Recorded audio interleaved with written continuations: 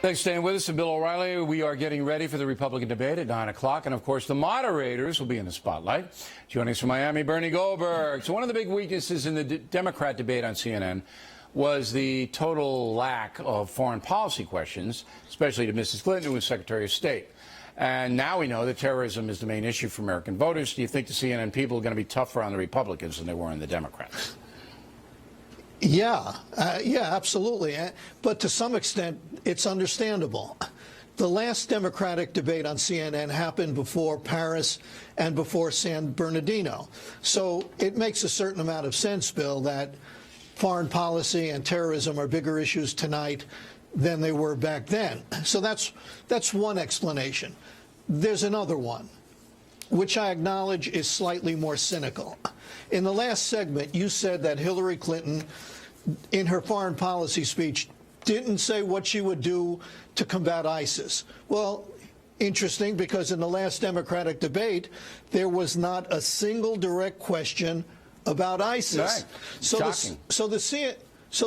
Shocking, right. So the CNN moderators, who would certainly salivate more when going after Republicans than after Democrats, so what do? They wind up giving Democratic primary voters what they want, which is more talk about global warming than about terrorism.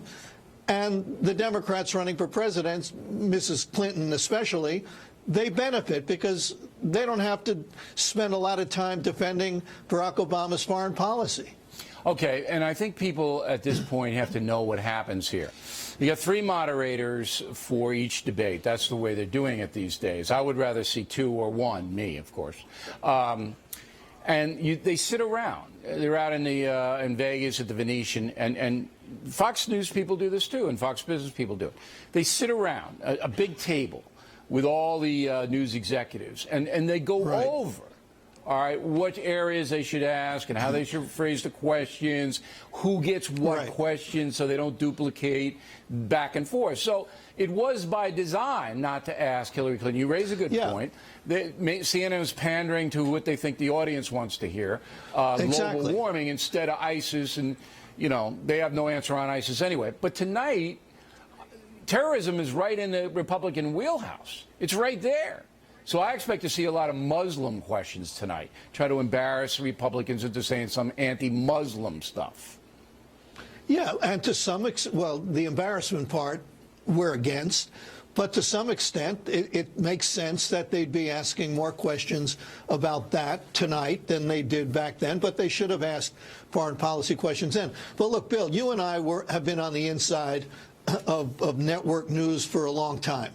So what you said is absolutely correct about how they do it. But there's one other thing.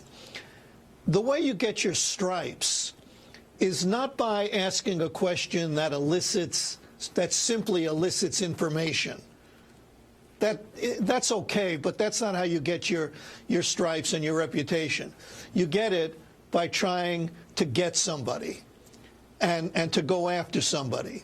And in some cases, to start a food fight between this candidate and that candidate. Like CNBC tried to do. But they got hammered doing that. It was so transparent, so obvious, that CNBC lost its reputation doing that. Right. But I expect we're going to get some question tonight that says, Ted Cruz says he'd carpet bomb ISIS. What do you think of that? To some extent, that's legitimate, but looking at this from the inside, and as I say, you and I have been on the inside, you know what they're trying to do. They're trying to pit one person against the other rather than simply eliciting information because it's, quote, better television and it makes you look tougher. And I do it, too, if there was a legitimate issue like Muslims. So I think that you have to ask those questions. About banning Muslims, and will that lead to discrimination? Yeah, that's perfectly legitimate. It's huge. The country's angry at Muslims now, generally speaking. That's not necessarily fair, but it's reality. You got to deal with the reality, and you got to kind of get everybody on the record about that. And I don't think there's anything unfair with that. But I do feel that it's easier for CNN to interview or to moderate a Republican debate than a Democrat debate. It's easier. The culture is get the Republicans, but kind of leave the Democrats alone. Yes, and it's because of the one phrase I used a few minutes ago. mainstream media journalists will always, I mean, they'll run over their grandmother to get a headline, but they will always salivate more when going after a conservative Republican than when going after a liberal Democrat. That's a rule of thumb. It's not 100% correct, but it's pretty close to 100% correct. And I don't think anybody's going to disagree with that. Now, we're going to bring back Bernie at 11. He's got a big supply of Red Bull, so he will be up. Not like Krauthammer's taking a nap right now. All right, we'll see you later. And a footnote, next year, Dennis Miller and I will be taking our live tour to a number of places, and it will be called Who Wants to Be President? All right, we're going to do a lot of that. 3 big shows already booked. Los Angeles at the Microsoft Theater, March 12th. Fairfax, Virginia, May 7th. Mohegan Sun in Connecticut, June 18th. Tickets make fabulous Christmas gifts. BillO'Reilly.com. I'll link you to the box offices.